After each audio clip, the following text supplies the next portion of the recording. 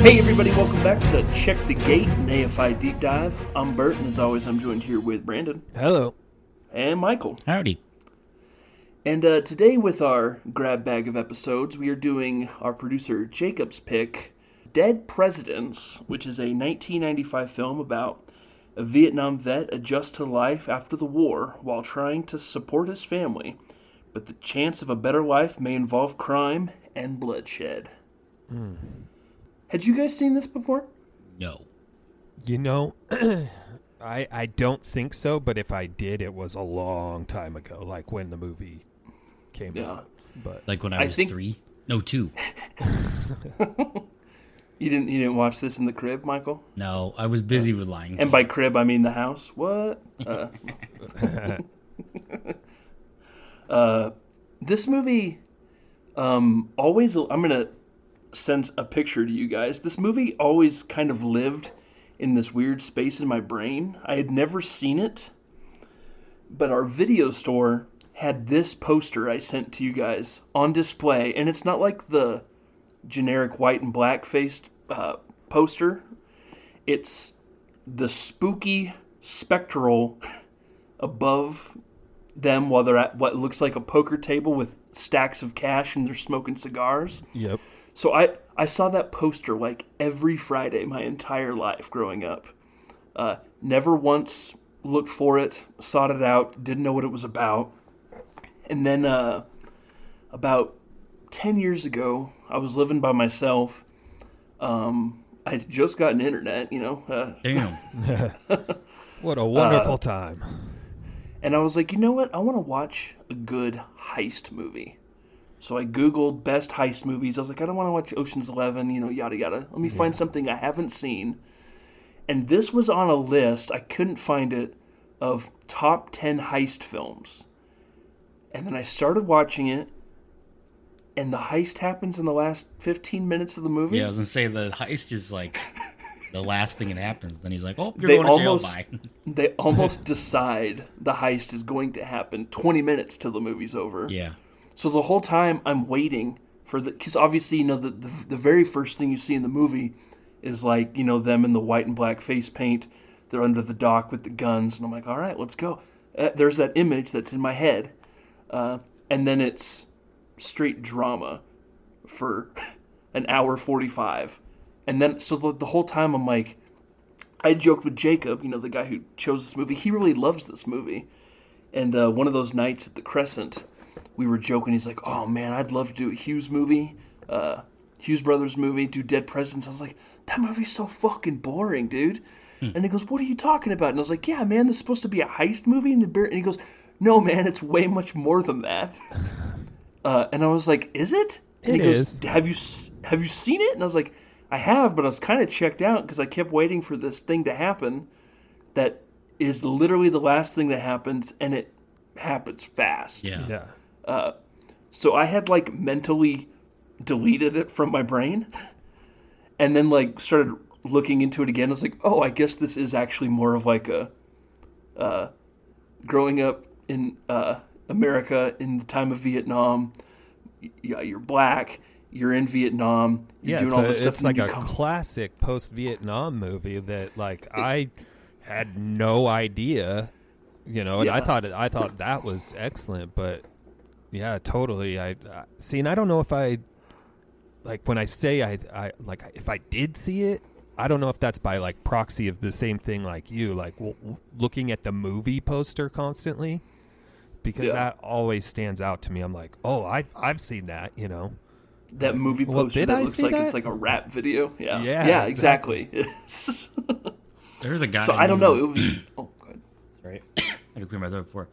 There was a guy I knew in high school that would always wear this Dead President shirt. I always thought it was a rap group for the longest time. Isn't it like I'm sure it's like in so many rap lyrics too. Like I'm looking for some dead presidents. Yeah. That means money, obviously. But it was like a shirt that like it had that white face on it. And I always just thought it was like a ICP kind of thing. It was like, well, they're crazy face painted. Or like Kiss or something. Not that they're in the same realm, but juggalos. Yeah. It is iconic face paint though. I gotta say it is. Yeah. Like, Yeah, it stands and it's out. clean too. Yeah. Yeah, and I never made that connection until I was 30 years old a couple weeks ago. So And it I is wasn't spooky. turned 30. It's a little spooky too. It is. Yeah, very spectry. Yeah. I think it's weird how when the heist does actually happen, only half of them are in the face paint. It's like these 3 guys are okay to get pinched, but these 3, Right. These ones cover their identity. Like, obviously, I understand that 2 of them are supposed to be watching, but I feel like And the plan totally Keith goes to David should shit. be. So it's kind of like, Immediately. everybody fend for themselves. Yeah. Should we get into it though? Let's do it. Like I said, this is a 1995 film. The top 3 films in 1995 are number 3, Apollo 13, number 2, Toy Story, and number 1, Die Hard with a Vengeance. A ticket cost in 1995, $4.35, which is equivalent to $8.94 our money. The budget for the film was only $10 million, which is equivalent to $20.5 million. The box office receipts, however, was $24.1 million, which is equivalent to $49.5 million. And it was nominated for 0 Academy Awards. Shocker. But it was released on my birthday in Oh, 1995. Mazel tov. The most significant, accolade of this movie. Right. And Right. how old were you turning in October? 9. Was that your birthday movie? Well, you already said you hadn't seen it. Yeah, I was 9. Big year. I mean, the word "fuck" is said 242 times in this film. Unless you watch it on VH1. It's said 0 times. Then they say "frickin'." No, it's just blank. Or it's like when you watch, I watched Pineapple Express on VH1 one time. Instead of saying asshole, they said casserole. I always a thought good it's one. weird how TV edits, they'll let you say ass, but they'll censor hole more than often. Yeah. You ever notice that? Like, that's the part that we can't say is hole. Yeah.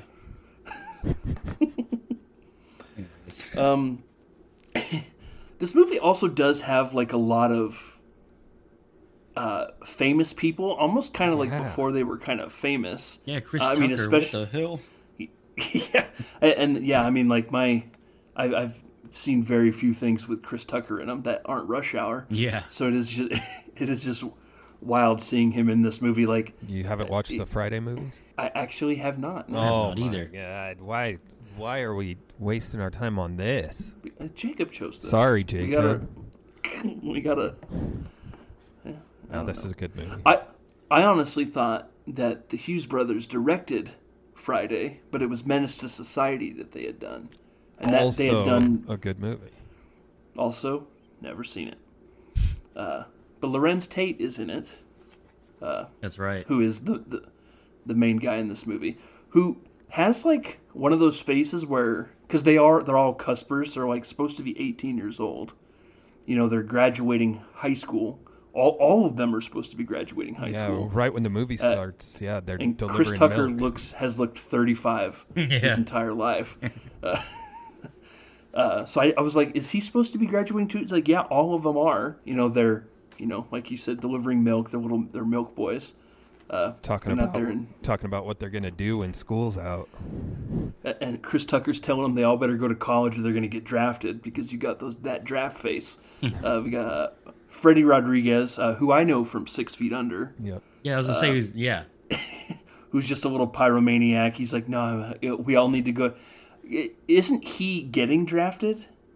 Because it's like Chris Tucker doesn't want to. Lorenz Tate's like, I'm going to enlist in the Marines. And then Freddie Rodriguez is actually getting drafted? Is that what it's... They all 3 end up fighting. Even though because Chris Tucker's there when they get back and like... which threw I me think you're it threw me through a loop, too. Because Chris Tucker is just... There are times when this movie feels like it's missing scenes. And it's not even just necessarily like time jumps. Like, kind of like how we were talking about, and then all of a sudden they're just talking about robbing a armored truck. And I was like, oh, I feel like I missed a scene where somebody brings it up. They're just in the car planning it. I'm glad you said that because at first I thought it was just the version that I watched, which was just like on my DVR recorded from VH1, so I thought like it was edited. Oh, so that down, is how you watched it? It was on VH1. Yeah, for sure. And so there was times where I'm like, "Whoa, did I miss something?" Like it just kind of skipped to, like I feel like you left out a lot of details there. But all right, whatever. So I just kept rolling with it. But I'm glad that you guys said that because I thought I just forgot to pay attention for a second. Yeah, me too. I had the benefit of watching it twice, which, I mean, it doesn't fall in the unforgiven clause because I had seen it, but it had been, I barely paid attention that first time because I'm waiting for this thing to happen. So I was like, I'm going to give it, 2-time watch. It's not going to happen for all these movies that we're about to do because maybe next week will be another 2-timer, but they're not play along, but I can understand that how Chris Tucker is in Vietnam. Like, he was clearly drafted. He had no intention of going. But it was just, he went from being like, I'm not going, you guys need to go to college or else you're going to end up going. Smash cut to when they are in Vietnam, he's just there. And then when he's doing his narration, it almost seemed like some stuff was out of order too, because then he's like, Skip, Chris Tucker's character, he volunteered to be in my squadron. Well, we already saw him, so it almost felt like some stuff was getting played out of order too. I don't know. Yeah, and then when we find out like that he's like, is an Agent Orange victim and a heroin addict, you're like, wait, what?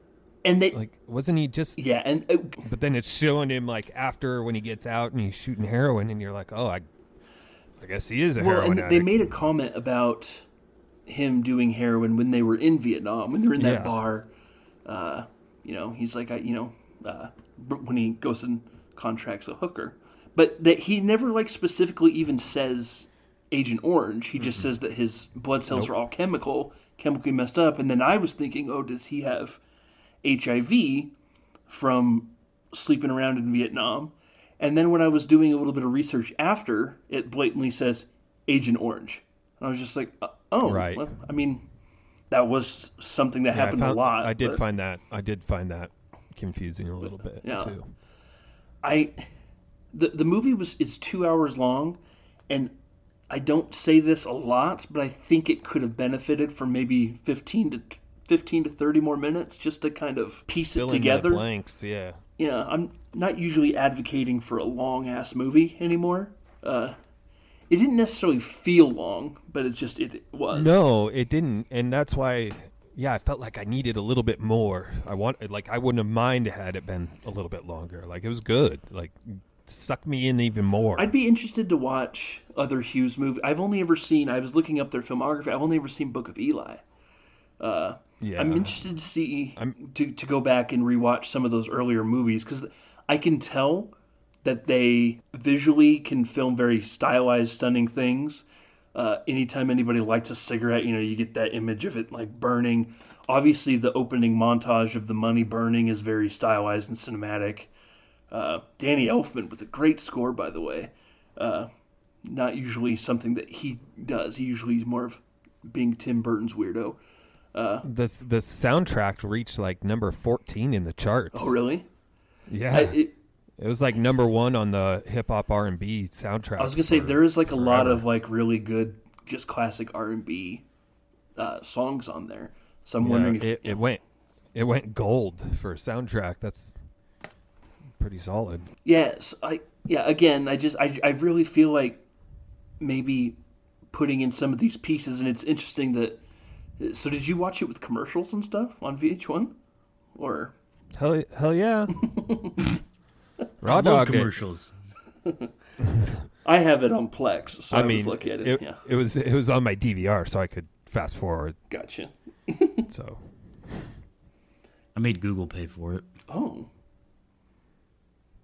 I made Google TV find it for me and record it. Like, there you go. You held Google up and said, "Give me my motherfucking money," and then Google tried to take your leg, and then it came right off. At first, it was like, we can't find that title, and I was like, oh, great, I'm going to have to buy it. And so it was like, oh, we found it. It'll record in like 1 month. So oh, well, good thing we kept pushing this back. It was on VH1 in a month.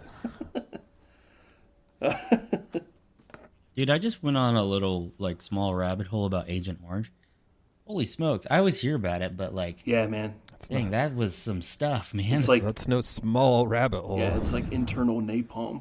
You just Yeah. Yeah, it's a herbicide used, and it's got dioxin in it, which causes like a bunch of different little acute, like it starts in acute I don't know, syndromes or whatever, but then it all gets worse. And I was looking at how they destroyed it. They disposed of 2.22 million gallons of Agent Orange by incineration at sea. yeah. Good God. And you just Maybe that's why the ozone layer is burning. burned. Sorry, burned. Torched. We get a little bit of like some life before, he tells his parents, he's like, I'm not cut out for college. I'm just going to enlist in the Marines.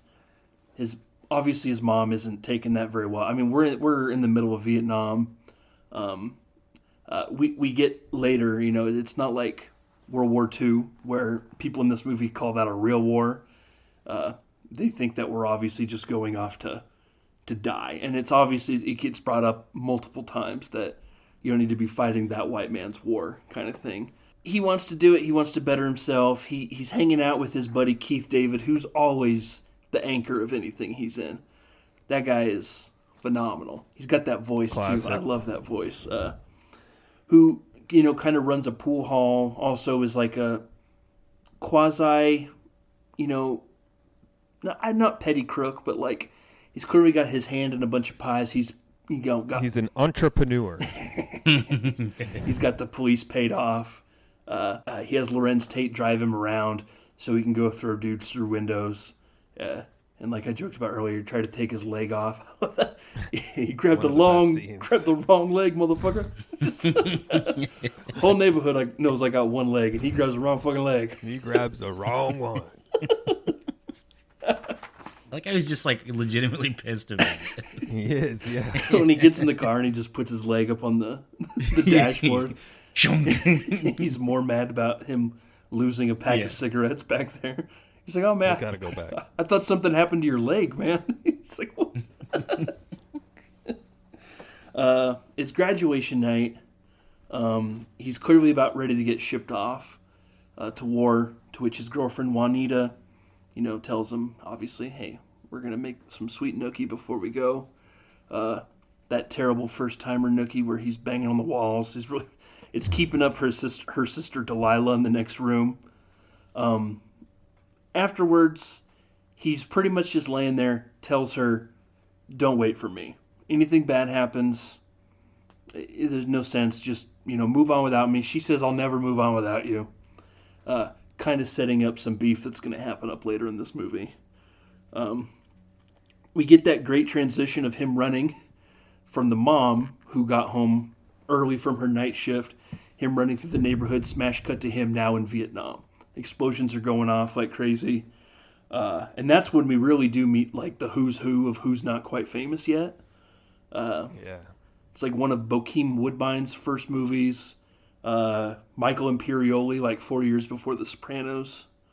Was Terrence Howard in the when did it? He is maybe like a Terrence Howard? super young Terrence Howard. He's the pool guy who That's right. loses money playing pool to him. Name's Cowboy. Yeah, Cowboy. Clifton Collins Jr., the rapper Sticky Fingers, is the guy who gets killed at the beginning. Sticky fingers. Sticky Fingers, sorry.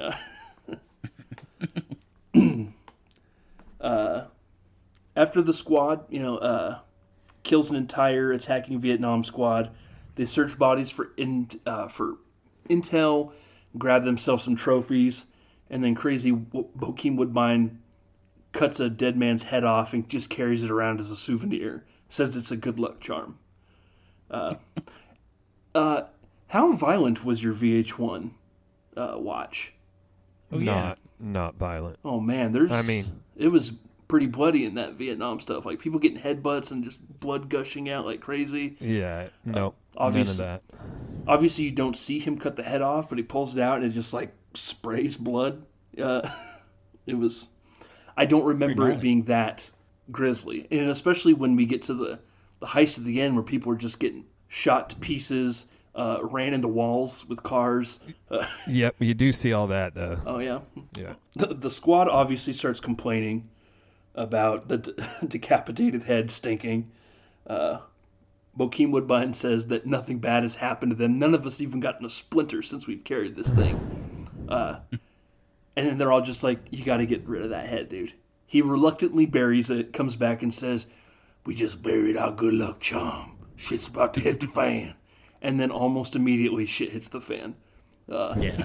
Michael Imperioli's missing. They go find him. His stomach is cut open. His guts are hanging out. He's got organs in his mouth. They're trying to save him. But Lorenz Tate, kind of mercy kills him. Loads him up with morphine so he just kind of peacefully goes. They get ambushed at night. You get that crazy scene where that dude just steps on that landmine and then just kind of looks and like I audibly said the first, oh shit. I mean, like, that's all you can do. Yeah. Their squad leader gets killed because Chris Tucker freaks out, has like a panic attack. Instead of covering him, the squad leader dies.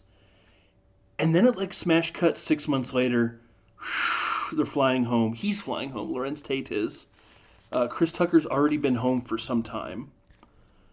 He sees... Yeah, that's the part I was like, oh, okay. Yeah, it like... Another one of those fill in the blanks, please, because... At least it gave us a 6 months later kind of thing.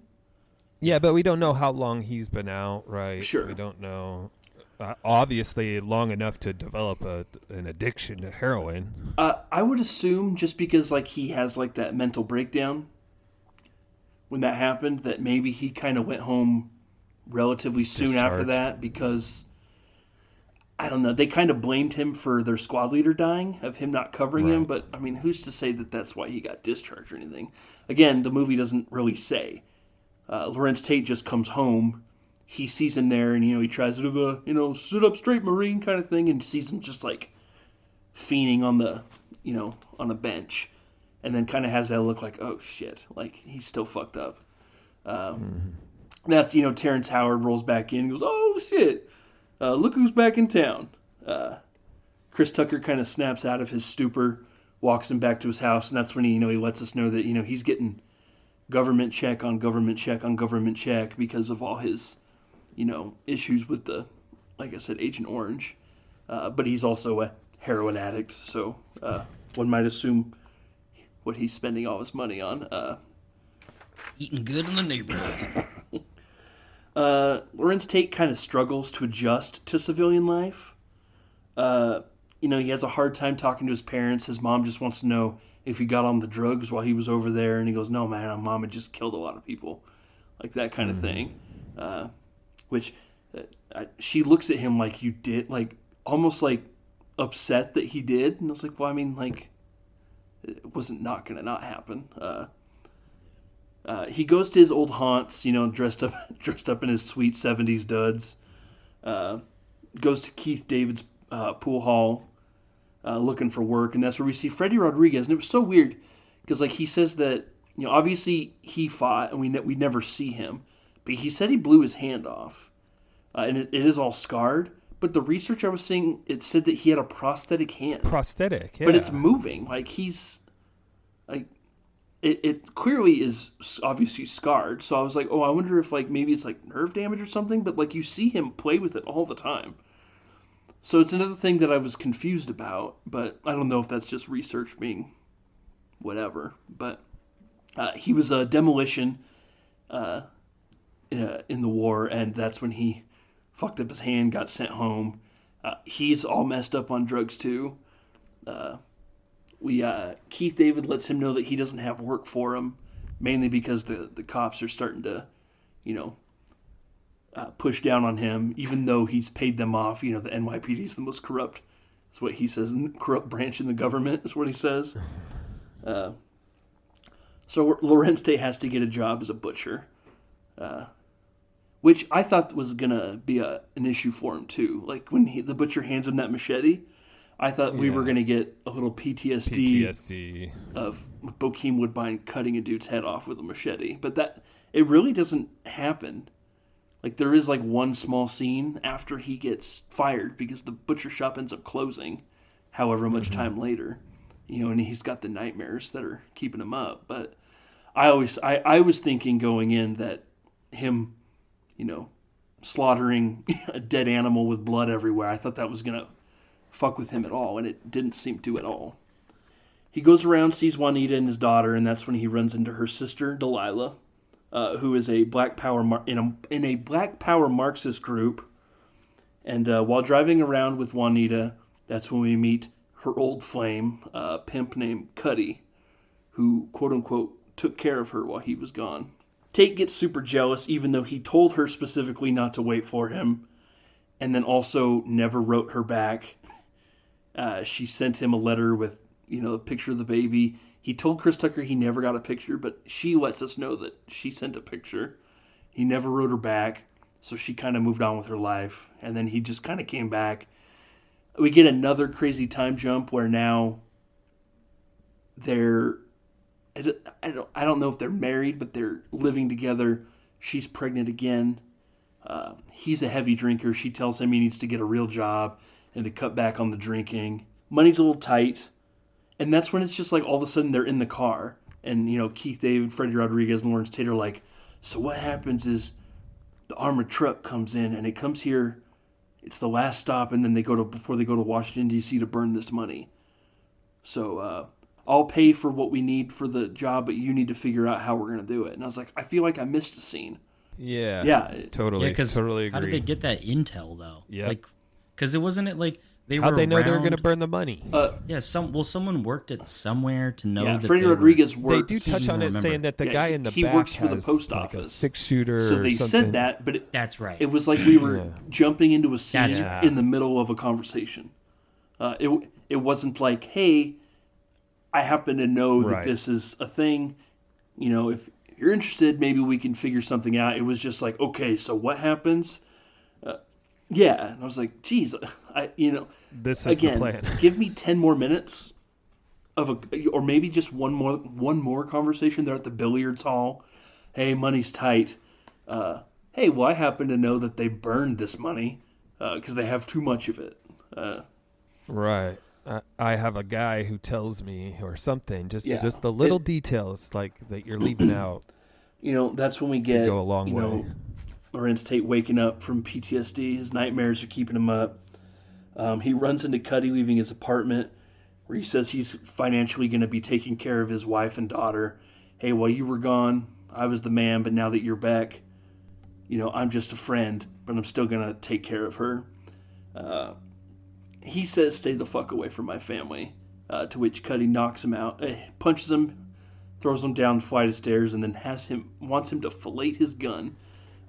Lawrence Tate's like clearly at the end of his rope. He's just like, just fucking shoot me, dude. I'm over it. He goes, Yeah. And he throws you're a big bad Marine in his face, Like the dude's which obviously happens struggling when he goes to upstairs adjust, too. but you could tell. He confronts her. She admits that she's been sleeping with him. He starts questioning whether the baby she's pregnant with is his or if it's Cuddy's. She hits him with that big bad Marine stuff too, and then because he can't defend himself against him, he is physically violent with her before he storms off. Yeah. And then it was just like all of a sudden he's making fast friends with Delilah at that rally, and then he goes, I'm going to cut you in on this heist that we're doing. She said she's good with guns, so hey. And now we're snapping to them all in that dark room, pool table. We got the plans laid out there. Chris Tucker's part of it, I guess. I'm going to be, us and Freddie Rodriguez, we're going to be under the dock. Delilah, you're going to hide out in this dumpster. Keith David, you're the getaway driver. And Chris Tucker, the heroin addict, you're going to be the lookout. To which Keith David's like, we need another guy. I don't trust this guy. Good idea. Yeah. That's a smart move. But they go to the wrong guy. Because they go to Bokeem Woodbine, who's like now a minister. They allude to earlier that he's the son of a pastor, which is wild because he's like the crazy guy in the squad. Now he's a reverend. Lawrence Tate's like, hey, we're doing a heist. And he goes, I don't want to damn my soul to hell. Okay, I'm in. It like took no... That's not what's going to damn your soul. I don't want to. Wait, that sounds pretty sick, actually. I'm in. Yeah. Cut to heist day. Classic black and white makeup. Only half of us are in the makeup, though, which, whatever. Obviously, your two lookouts have to be Yeah, incognito. they'd give it away. But They'd be like, "Oh, what's up with this? What's up with this clown? the gathering of the juggalos What's up with in this Detroit. preacher and heroin addict?" Oh, another kiss interpretation. Okay. And, you kind of get the feeling that Chris Tucker wasn't made aware that Bokeem Woodbine was brought in. Because he's waiting on the corner, and then he shows up, and he goes, "Oh, motherfucker!" Like, rolls his eyes, like This guy. hands shaking, smoking a cigarette. Everything's in place. The truck's rolling in. We've been building to this for the last 3 minutes, and then a street cop rolls up and kind of ruins everything. Ask Bokeem, "Are you waiting for the bus?" And he goes, "Yeah." And he goes, "Well, it doesn't run this early. Let me call it in for you. I'm a fellow Marine. I see your patch on your jacket. I'm always looking out for you." Heist happens. Delilah pops out of the dumpster, guns ablazing, kills a guard. Guys in the truck firing shotguns. The street cop's like, "What the fuck's going on?" Starts blasting his way to Bokeem, doesn't even try to grab him or anything. Shoots Keith David in the arm. Chris Tucker rolls around and just pops him in the back of the head. Another really bloody scene. Just Freddy Rodriguez sticks C4 in the back of the truck. The truck drives away, and he blows it up, and the whole truck, there's more money that's raining down in ashes than they're able to save. They are still able to save. They are able to salvage $300,000, they say. Damn. Obviously, cops are rolling in. Delilah's been shot. She's dying. Freddy Rodriguez is like, "We got to get the fuck out of here. There's dead bodies everywhere. There's a truck on fire. We got bags of money. We're running from the cops." Rodriguez takes the wrong turn to Albuquerque. Cop car rolls in and just absolutely destroys him. Runs him. He shoots the driver first, who falls on the gas pedal, runs right into him, absolutely destroying him. Great scene with the money, fluttering down over his body, with the blood coming out of his eyes because he's been squashed like a bug. Things kind of blow over. We get another scene, like a blackout transition, where we're counting the money. That's when they said they had $300,000 that they're going to split 5 ways. Freddy Rodriguez still gets his cut. It's going to his family. Delilah, she doesn't get anything. Yeah. I saw that in 1973, $300,000 was worth $2.1 million. Damn. Divided by 5 people, that's $60,000 apiece, which is $423,000 a person, essentially. Decent haul. We kind of assume everything's settling down. Lorenz Tate and Chris Tucker are buying presents for kids, because it's Christmas time. Hey, here's some toys, now go play, and then they take off. And then we find out that Bokeem's actually going around handing out $100 bills. It's like the Goodfellas Bought a new thing. Cadillac. Brand new spanking that Cadillac. Everybody knows he can't afford. Lorenz Tate's like, "Don't worry, I'll take care of it. I'll go find him, talk some sense into him." And that's when we see that he's being arrested. Fuck, we got to get out of town because we all know he's going to squeal. Cut to a montage of him just cop angrily wagging his finger in his face. You can't hear what they're saying, but another cop hands him a pen and he goes to sign something. Clearly a confession. We got to get out of town. We see police are raiding Chris Tucker's home, kick in the door, but see that he's OD'd on the his chair with a needle sticking out of his arm. Keith David and Lorenz Tate are like, we're going to Mexico, baby. We'll just be sending money to Juanita for the daughter. I'm done with her. It's all gonna be okay. We just gotta get out of Dodge. Cuts immediately. Police raid the billiard hall. Nothing. We're going nowhere. We're at the trial. Tate's lawyer wants a softer sentence due to Tate being a Marine and serving in Vietnam. That's when the judge, played by Martin Sheen, just randomly popping up. Wow. Yeah. Lets him know that he is also a Marine and he served in World War II. A real war, mind you. And that obviously Lorenz Tate has lost his morals and he's going to sentence him to 15 years to life. Lorenz Tate feels like, everything he did for this country, and he just kind of gave him the big old middle finger. Now he's serving time. We see him on that bus going to jail, and that's really how the movie ends. Wait. We forgot about the part where he throws the chair Yes, he throws the chair at the judge. Wow. Jeez. And then the bailiff takes him out, puts him on a bus. I noticed that there wasn't like a whole lot of trivia about this film, too. The only trivia I really saw was that Jada Pinkett Smith turned down the movie because her best friend Tupac Shakur got fired from Menace to Society because he got in an altercation with one of the directors. But you think this movie's a thriller? Well, and it's loosely based off a true story. Yeah. Which is, yeah. I was talking to my wife about that. She was like, "Is it a true story?" And I was like, "I'm not really sure." And then I found out that it was. And I was like, and then she was like, "Well, maybe that's why it seemed like stuff, kind of bounced around because real life isn't as exciting." Point. It's not a thriller. Oh, I don't even know what to thriller anymore. Spine tingling. I mean, the thriller. last 30 minutes was pretty thrilling. It's pretty exciting. Everything else is just build up and like not story development, but just like tension building almost. It's just like keeps fueling what's going to drive them to, do the heist, and then they do it, and then it fails, and then it's over. Well, crime doesn't pay. Exactly. I don't know. I feel not like it, but I didn't really move the needle for me. Yeah, I agree. I don't, Ill. I don't want to speak ill of a movie that one of us has chosen.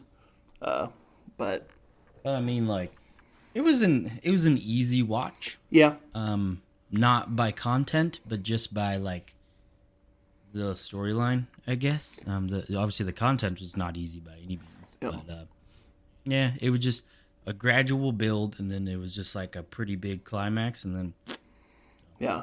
I at the risk of sounding like I'm beating the same drum, I really just wish, we let it breathe a little more. Add that 15, 20, 30 minutes. Give me those scenes so it doesn't feel like we're just, and I don't know, it's a second time directors. Maybe they had, to keep it under 2 hours. I don't know what the studio notes are for that kind of thing. I just feel like maybe that there was a lot of stuff on the cutting room floor that maybe would have let the movie breathe a bit more. But yeah, because like it's an hour and 59 minutes, so it's not short by any means. So it's like they have plenty of time to play with. So I think like they could have cut some little things out during the like kind of build up, and then I don't know. Yeah, I mean the Terrence Howard stuff doesn't really do anything for the movie of him just losing at Tim Pool twice. Obviously, he beats the shit out of him the second time. I was gonna say, but Keith was like, "Let him work it out. Let him work it out." Yeah, maybe it's just like I don't know what else to say about that, but it didn't need to be in there. But so, yeah, they could have eliminated some parts and some stuff, but what do I know? Michael, you know a lot. I know so much. Anything else we want to add? I don't mean to just pull the plug on it, but I thought it was a great cast. I think it could have been better, but it did fall a little flat. Mostly just like because that, there was so many details left out. But it felt like a typical mid-90s movie. Mm-hmm. I like that Lorenz Tate looks like he could both be in high school, but then also look like he's like one of those cuspers where it's like if he's 18, I believe it. And then he just grows a mustache. And I'm like, yeah, you're 25. Yeah, you serve. Obviously, there's... Just give the audience the context of being like, oh, yeah, he's 18. You're like, okay, he's 18. They're like, oh, now flash forward, he's 25. Yeah. And you're like, it's only, okay, yeah, he's 25. It's only a 7-year time swing, from 66 to 73. So, he does have one of those younger... I know him from other things, but I mean, I was watching it the second time. I was like, yeah, I definitely buy that. I think I completely missed that they were graduating high school when I watched it that first time. Even though they're at that dance, it says graduation night. But I think maybe it's because the Chris Tucker of it all, where, like I said, he's looked 35 for 30 years. So he was in World War Z. Mm-hmm. I know him from The Postman. And he was in Wild Wild West, the music video. Wiki Wild Wild West.